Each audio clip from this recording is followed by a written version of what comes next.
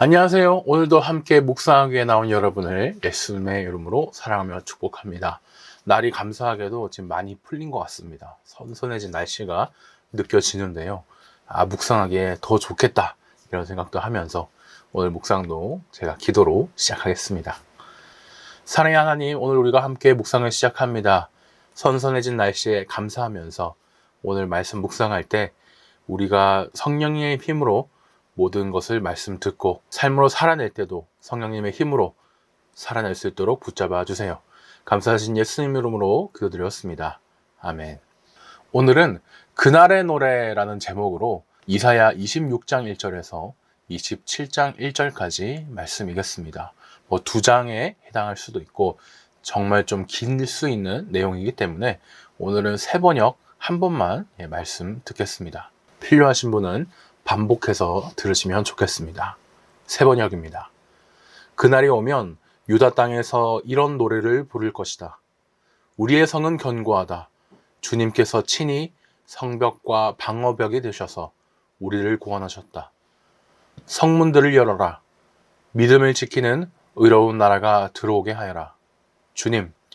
주님께 의지하는 사람들은 늘 한결같은 마음을 가진 사람들이니 그들에게 평화의 평화를 더하여 주시기 바랍니다. 너희는 영원토록 주님을 의지하여라. 주 하나님만이 너희를 보호하는 영원한 반석이시다.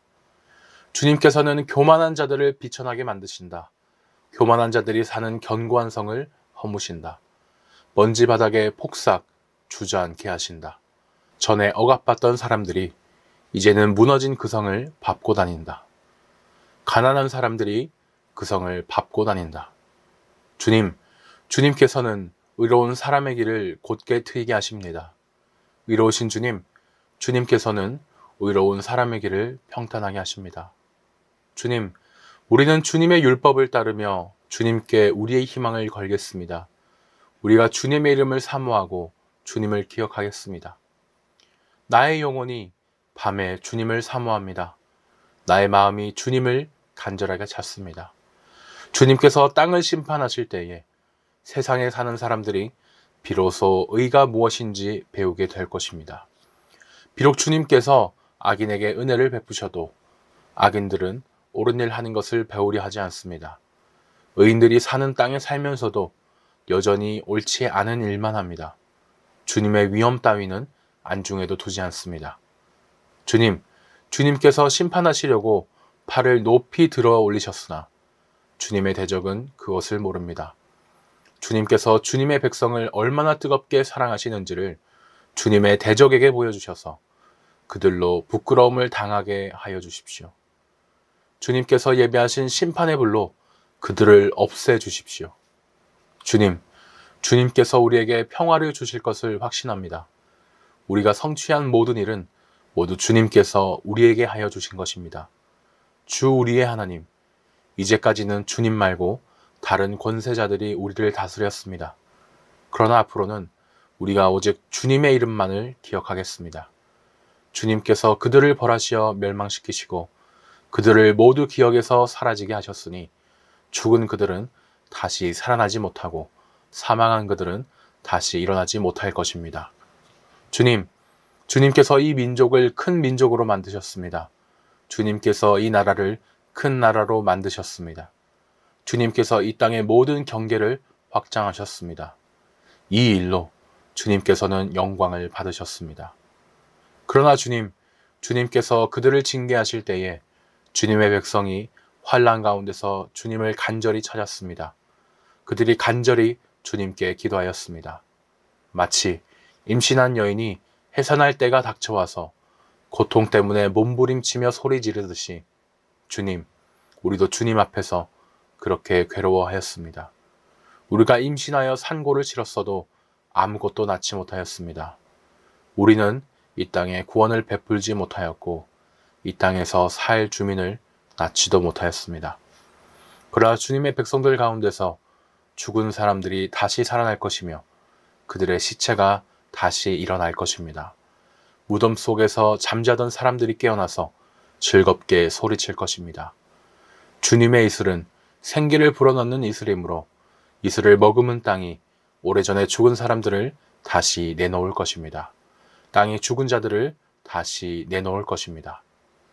나의 백성아, 집으로 가서 방 안으로 들어가거라. 들어가서 문을 닫고 나의 진노가 풀릴 때까지 잠시 숨어 있어라. 주님께서 그 처소에서 나오셔서 땅 위에 사는 사람들의 죄악을 벌하실 것이니 그때의 땅은 그 속에 스며든 피를 드러낼 것이며 살해당한 사람들을 더 이상 숨기지 않을 것이다.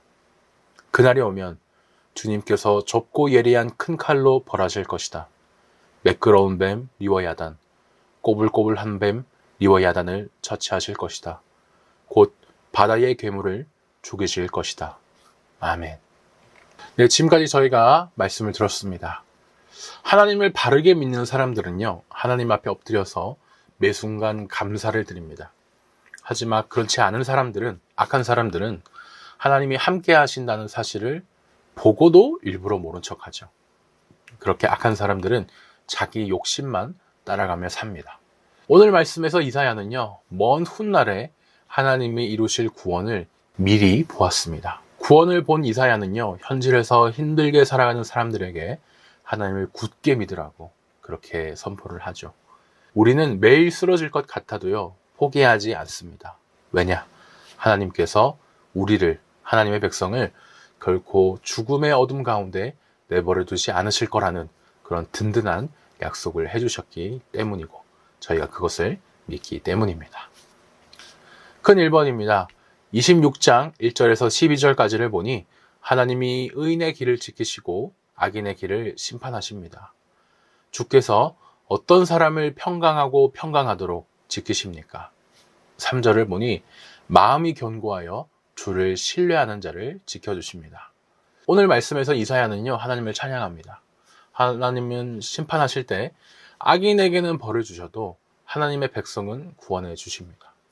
1절부터 6절까지 하나님을 찬양하는 사람들에게 주는 명령이 있고 또 그 이유가 나오는데요. 우리말로는 이제 견고한 자라고 되어 있지만 원어의 뜻을 보면 기대다, 의지하다 이런 뜻을 가지고 있습니다. 견고한 것이라고 번역한 게 잘못된 것이냐? 그건 아니죠. 하나님께 온전히 기대서 하나님을 의지하는 사람이 결코 흔들리지 않는 견고한 자이기 때문에 또 그 뜻은 통합니다. 그래도 원어로 보니 느낌이 또 다르게 다가오실 텐데요. 또 다르게 와닿는 단어가 있습니다. 평강이라는 말인데요. 우리말로는 이제 평강이라고 되어 있지만 원어로 보면 너무나 익숙하실 텐데 샬롬이라는 말입니다. 그냥 샬롬이 아니고 샬롬이 2번 있죠. 완전한 샬롬이래요. 히브리어는 고대 언어이기 때문에 뭐 강조나 이런 걸 할 때 똑같은 말을 2번 반복하고 강조를 합니다. 그냥 샬롬이 아니고 얼마나 좋은 샬롬인지 샬롬이다. 완전한 샬롬이다. 이렇게 말씀해 주시는 거죠. 교만한 세상 사람들이 쌓아 올린 높은 성은요, 결국 무너집니다. 그리고 가난한 사람들의 발에도 밟히게 되겠죠. 하지만 반석이 되시는 하나님은 다릅니다. 하나님은 백성들에게 정말 튼튼하고 안전한 그런 성벽과 외벽도 되어주시죠. 밖에서 아무리 거센 그런 공격이 들어와도 하나님께 기대기만 하면 하나님은 그 사람을 무너지지 않도록 견고하게 지켜주실 것입니다. 그렇게 완전한 평화를 계속해서 부어주실 것입니다. 2번입니다. 악인의 특징은 무엇입니까? 10절을 보니 하나님의 은혜를 입고도 의를 배우지 아니하며 정직한 자의 땅에서 불의를 행하고 하나님의 위엄을 돌아보지 않는 사람이 악인입니다. 악인의 가장 큰 문제는요, 하나님의 은혜를 직접 경험하고도 즉 하나님이 가르쳐 주신 바른 길을 배우려고 하지도 않고 배우지 못한다는 점입니다. 이사야 선지자는요, 어두운 밤에도 간절히 하나님을 찾고 기다렸어요. 하나님이 공평하고 정의롭게 심판하시면 그때는 온 세상 사람들이 바른 길을 배우게 될 거야 기대했기 때문이죠. 하지만 악인들은 그렇지 않습니다. 악인들도 하나님의 은혜를 경험하긴 했어요. 하지만 그 반응이 의인과는 전혀 다릅니다. 악인들은 은혜를 받고도요, 자기 마음대로 생각하고 하나님의 뜻을 바꿔버립니다. 자기에게 아무리 좋은 일이 일어나도 악인들은 아싸, 재수 좋네, 운 좋네 이러고 말죠. 하나님이 계시다 이 생각을 하지 않기 때문에 정직한 사람들이 사는 곳에서 막 정직하게 그런 사는 모습을 보고도 변하지 않습니다. 오히려 뻔뻔하게 저 사람들을 어떻게 이용해 먹을까 머리 쓰면서 나쁜 행동을 일삼죠. 이렇게 자기 고집만 피우는 게 악인의 특징입니다. 성도의 입장에서는요, 이런 사람들 봤을 때 참으로 괘씸하기도 하고 우리도 낙심이 되지만 기억하십시오. 로마서 말씀대로 이 사람들은 악인이라고 하잖아요. 스스로 더 악의 길로, 그렇게 패망의 길로 걸어가고 있을 뿐입니다. 나눔 1번입니다. 의인은 하나님을 믿으면서 그 마음의 중심을 지키죠. 하지만 악인은 하나님이 계시고 살아 계시다는 그것을 무시하고 자기 하고 싶은 대로 마음대로 살아갑니다. 내 삶의 영역, 가정과 일터와 사람 관계, 그 모든 것 가운데 하나님을 믿기보다 내 생각, 내 마음과 고집이 앞섰던 적은 언제였나 생각해 보시면 좋겠습니다. 큰 2번입니다. 26장 13절에서 27장 1절까지를 보니 예언자 이사야는 죽음을 이기는 하나님의 구원의 역사를 바라보면서 찬양을 합니다. 하나님의 백성이 세상 권세라는 그 다른 주의 다스림 아래 있어도 결단할 일은 무엇입니까? 13절을 보니 하나님만 의지하고 하나님의 이름만 부르기로 결단해야 합니다. 이스라엘 백성들은요, 그동안 여러 이방 나라, 즉 다른 주인들의 지배를 받았습니다. 이제는 또 가까운 미래에 아수르라는 나라 밑에 유다 백성들이 큰 고난을 겪을 것이고 조금 더 미래에는 바벨론이라는 나라의 포로로도 끌려가게 될 거예요. 하지만 이사야는요, 이렇게 힘든 상황을 보고도 뒤집는 예언을 합니다. 바로 우리 여호와 하나님은 세상의 다른 주인과는 완전히 다른 주인이다. 우리 하나님이다. 이렇게 담대하게 선언을 합니다. 이제부터 세상의 다른 주인이 아니라 오직 여호와 하나님의 이름만을 기억하겠다고 삶의 방향을 완전히 튼 건데요. 세상의 통치자들은 늘 백성들의 양심을 막 억누르려고 하지만 이 백성들의 믿음은 흔들리지 않습니다. 참된 믿음은 원래 평안하고 상황이 좋을 때만, 내가 하고 싶을 때만 그렇게 하나님을 찾는 게 아니잖아요. 세상 권력이 회유하고 협박하고 유혹하는 그런 정말 힘든 상황에서도 아니야, 나는 하나님만 섬길 거야 라고 고백하는 그것이야말로 정말 참된 믿음이라고 하겠습니다. 2번입니다. 세상의 죽은 자들과 달리 주의 죽은 자들에게 약속된 소망은 무엇입니까? 19절을 보니 죽은 자들이 다시 살아나고 그들의 시체들은 일어나며 티끌에 누운 자들은 깨어나서 기쁘게 노래할 것이라고 소망의 약속을 합니다. 여기서 주의 죽은 자들은요, 하나님을 굳게 믿다가 신앙을 지키다가 죽음을 맞이한 백성들입니다. 지금 유다 백성들은요, 무서운 재난과 징벌 속에서 끔찍하게 고통받고 있어요. 아이를 낳는 산모처럼 그렇게 끔찍하게 고통을 받고 있습니다. 하지만 백성들 스스로의 힘으로는요, 아무리 그렇게 아파해도 어떤 생명도 낳을 수 없고 아무런 구원도 이룰 수 없는 절망적인 상태에 빠져만 있습니다. 이사야 선지자는요, 이렇게 캄캄한 절망 속에서 희망을 전하는 거예요. 하나님께서 장차 새롭게 태어나게 하실 것, 즉 부활의 역사를 선포한 겁니다. 근데 중동 사람들은요, 흙먼지, 이 티끌에 사는 사람은 땅속 지하 깊은 세계에 갇힌 죽은 자들이다, 이렇게 생각을 했어요. 이스라엘 사람들도 중동 사람들이었기 때문에 먼 아수르나 바벨론에서 죽은 하나님의 백성들이, 또 그 사람들과 싸우다가 죽은 백성들이 영원히 그 음부 지하세계에 갇혀 있을지도 몰라, 이렇게 생각을 한 것이죠. 하지만 오늘 하나님은 그렇지 않다라고 말씀합니다. 하나님이 역사하시면 아침 이슬이 마른 땅을 다시 살아나는 것처럼 살아나고, 또 빛나고 찬란한 하나님의 이슬이 내려서 땅이 죽은 자들을 밖으로 이렇게 토해낼 것이기 때문이죠. 사망을 이기고 부활한다, 이 말씀은 저희가 너무나 잘 알듯이 먼 훗날 이 사망 권세를 깨뜨리고 부활하신 예수님의 부활과 연결되고, 주님 다시 오실 때 우리의 몸도 이렇게 부활되는 것과 연결됩니다. 3번입니다. 그날에 여호와께서 궁극적으로 벌하시는 대상은 무엇입니까? 27장 1절을 보니 날랜 뱀 리워야단, 곧 꼬불꼬불한 뱀 리워야단, 바다에 있는 용을 하나님이 벌하십니다. 하나님께서 숨겨진 죄악들을 벌하기 위해서 직접 나서십니다. 말씀에서 그날이라고 하는 건 하나님께서 억울하게 땅에 뿌려진 그 피를 다 드러내시고 악한 세력을 완벽하게 심판하는 날입니다. 종말의 날이라고도 하겠죠.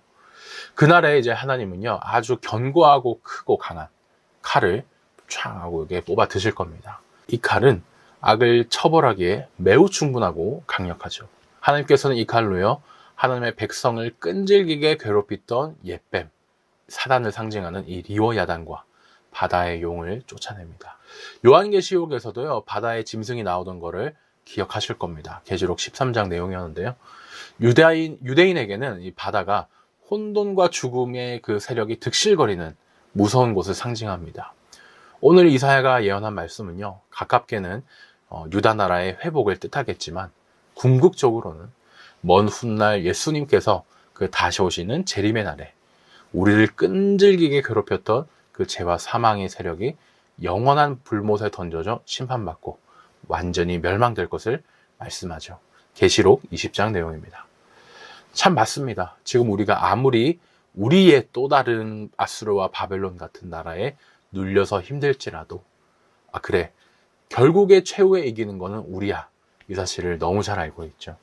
나눔 2번입니다. 우리가 말로는 입술로 늘 하나님을 주님이다 이렇게 고백을 하지만 실제 살아갈 때 이 현실이 너무 힘들어서 돈이나 건강, 다른 사람의 인정 같은 세상의 주인들의 우리의 삶의 주도권을 내어줄 때가 있습니다.